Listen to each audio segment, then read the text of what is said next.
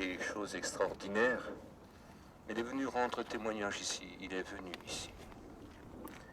Et quand il est venu ici, il a été à la synagogue, et puis on lui a laissé la parole. Et puis il a ouvert dans l'évangile de Matthieu, où il va prendre le rouleau du livre à l'endroit où il est écrit « Il m'a oint » pour annoncer une bonne nouvelle aux pauvres, pour ouvrir les yeux de l'aveugle, faire entendre le sourd,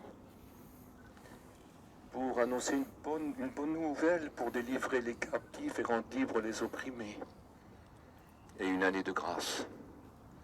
Et il s'est assis en disant aujourd'hui, cette parole est accomplie. Mais il s'est assis sur un endroit qu'on appelle la chaise, et sur cette chaise-là, c'était réservé au Messie qui devait venir. Et quand il dit aujourd'hui, cette chose est accomplie, ça a grincé des dents. Mais on le connaît, lui. Et il a grandi là. C'est le charpentier. On appelle Jésus le charpentier. On ne sait pas à quel âge que Joseph est mort, mais nous savons qu'il a pris la relève. On n'a plus de nouvelles de Joseph jusqu'à l'âge de 12 ans où ils l'ont retrouvé dans le temple. On verra quand on y sera. Il a travaillé. Il a travaillé. Il a pris soin de ses petits frères. Marc nous donne même le nom de ses frères et sœurs. Et ils n'ont pas pu supporter ça. Les gens de ce pays-là n'ont pas pu supporter ça, pourtant qui était comme le Maître Jésus. Il est arrivé ici à 2 ans. On rendra des comptes après. Dans d'autres endroits, vous comprendrez mieux pourquoi il est revenu ici il y a 2 ans. On veut faire les choses en règle. Quand on sera à Bethléem, vous aurez une information. Mais tout simplement, il est revenu ici, il est revenu d'Égypte. Où Pierre, où Joseph et Marie, l'ange avait dit à Joseph, ne crains pas de prendre le petit enfant, va en Égypte jusqu'à la mort de Hérode, parce que Hérode voudrait le faire mourir. Mais 2 ans après, Hérode est mort.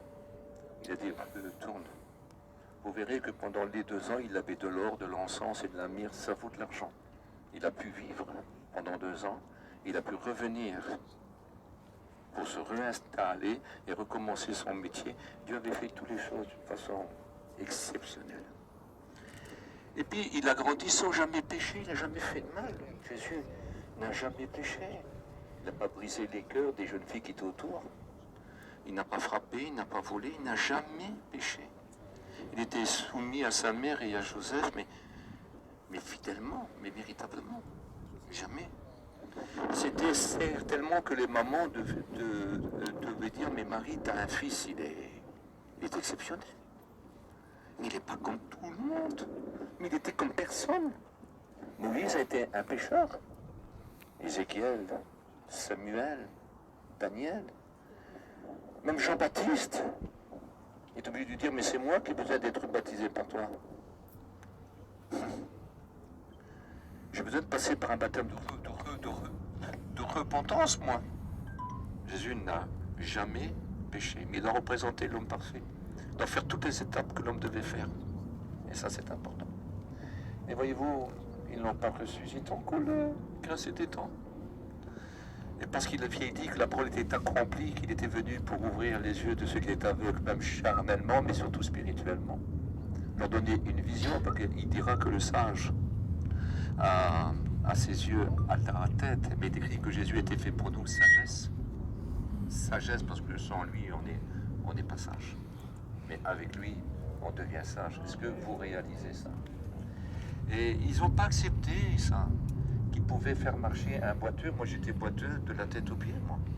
Et pourtant, j'étais beaucoup moins pécheur que beaucoup d'entre vous, je vous le garantis. Mais mon cœur était mauvais, mes pensées n'étaient pas claires. Et écoutez, si j'aurais eu le courage de faire certaines choses, je les aurais fait.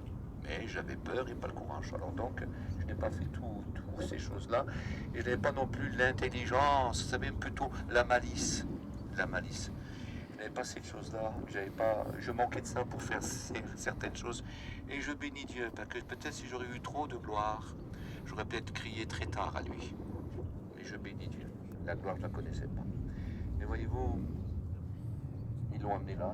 Ils ne voulaient pas croire qu'il a porté une année de grâce. Oui, mais déjà, un jour, un mois vaut mieux que 1000 autres mois.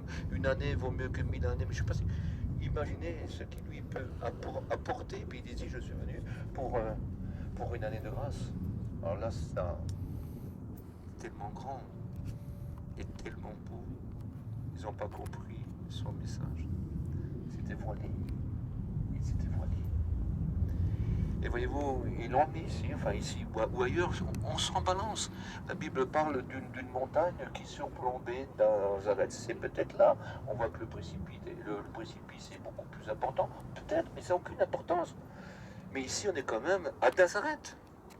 Sur une montagne, il y a un précipice, ils ont voulu le tuer. Ils ont voulu le jeter en bas, pourtant ils l'ont vu grandir. Il a fait que du bien, il a fait de mal à personne. Personne ne pouvait dire il m'a fait mal. Il m'a menti, il m'a roulé, il m'a triché. Imaginez quand on allait dans son atelier, il devait être honnête, le maître Jésus, il n'avait pas tout pris. Hein. Si on lui commandait une table ou une charpente, elle devait être bien faite. Il n'y avait pas de défaut, il ne vous baratinait pas. Peut-être que nous, on aurait dit, on en connaît un bon, là, hein. On va marchander, on va essayer, voilà, on va y faire 3 chèques. Mais lui n'a jamais trompé personne. Il devait être agréable. Oh, le travail, crois-moi, c'est bien fait. Crois-moi, c'est bien fait. Il ne trompe pas. Il ne trompe pas. Personne ne peut lui reprocher quoi que ce soit. Ils n'ont pas compris son message. Ils n'ont pas... Vous savez, pour eux, c'était le bon monsieur, le gentil monsieur. Mais c'était pas l'envoyé de Dieu. Ils n'ont pas compris. Alors que s'il devenait un prophète, ça allait encore. Mais le Fils de Dieu, non. Ils n'étaient pas d'accord.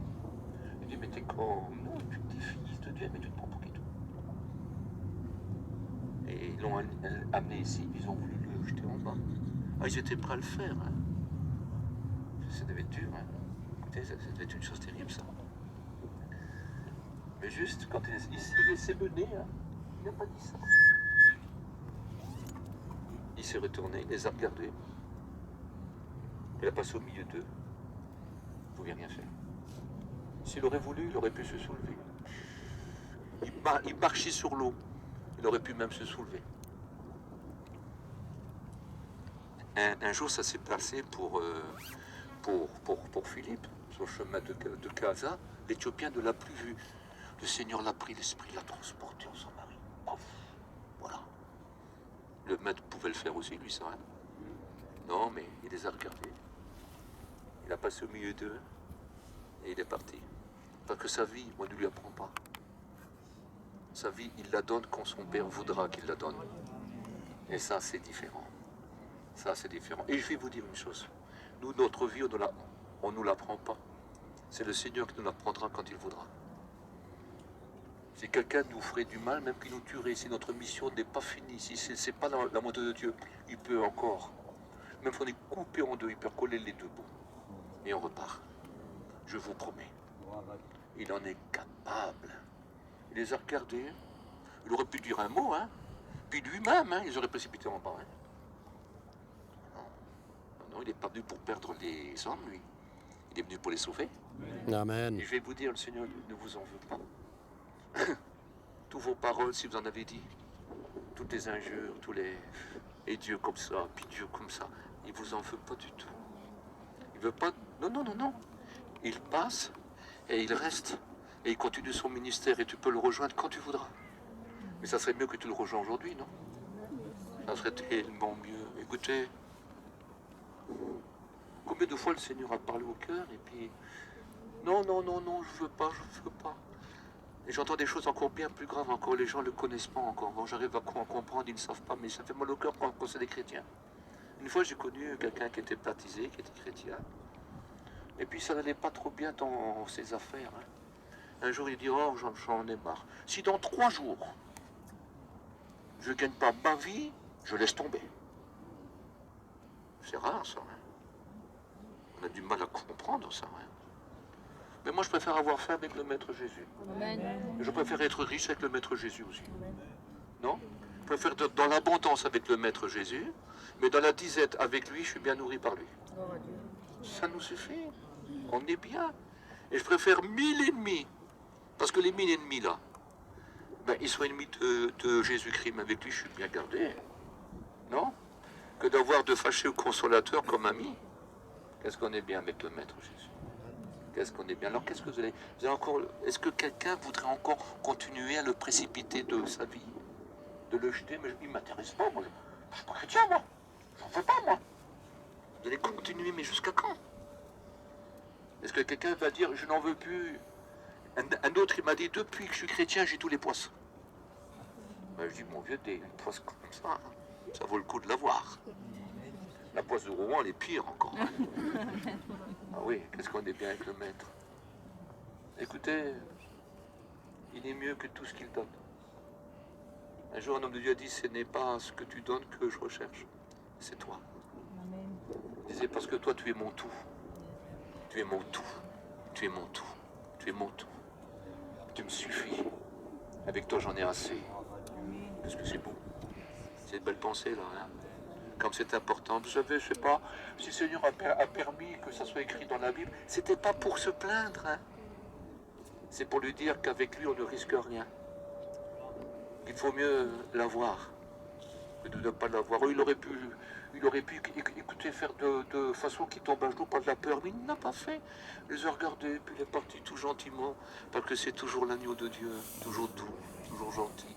Il était doux et humble de cœur, puis il a paru comme un simple homme. Il était simple, pas compliqué du tout, mais pas compliqué. D'abord on le dit sur quelqu'un, mais c'est simple, c'est pas compliqué. Le Seigneur n'était pas simple, il n'était pas compliqué. Il voulait que tout le monde sache et comprenne ce qu'il dit. C'est parce qu'ils ont compris ce qu'il a dit qu'ils ont voulu le tuer. Ils savaient, non, non, moi j'en veux pas. Parce qu'il y en a qui savent très bien qu'il existe. Ils disent, non, je n'en veux pas. Il n'aura pas fait de mal. Il les attend. Il les attend. Il leur donnera un rendez-vous jusqu'à la résurrection. Vous verrez, on verra ça. Parce que maintenant, il y aura du Jésus, j'aime vous le dire. Hein. Que Dieu vous bénisse. Je vais appeler... Manix, t'es là?